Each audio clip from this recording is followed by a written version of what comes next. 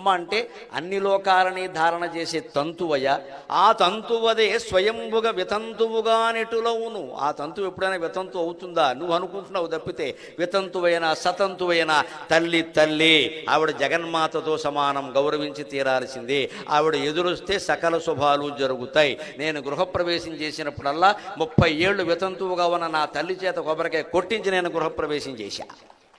పిచ్చి నమ్మకాలు వదిలిపెట్టండి. తల్లిని మించిన దైవం లేదు, తండ్రిని మించిన దైవం లేడు. వాళ్ళే కొబ్బరికాయ కొట్టాలి. వాళ్ళు ఏ స్థితిలో ఉండనేయండి. వాళ్ళు నేను కొట్టలేను అంటే వేరే విషయం. అది వాళ్ళకే ముందు ప్రాధాన్యం. ఈ నమ్మకాలు ముందు ఆడాళ్లే వదులుకోవాలమ్మా. ఆడాళ్ళకి ఎక్కువ అవుతున్నాయి బాగా ఈ మధ్యన.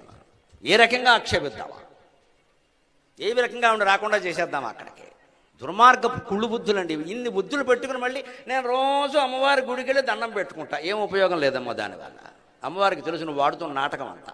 పెద్దాళ్ళని ఎంత అవమానిస్తున్నావో అమ్మవారు చూస్తుంది.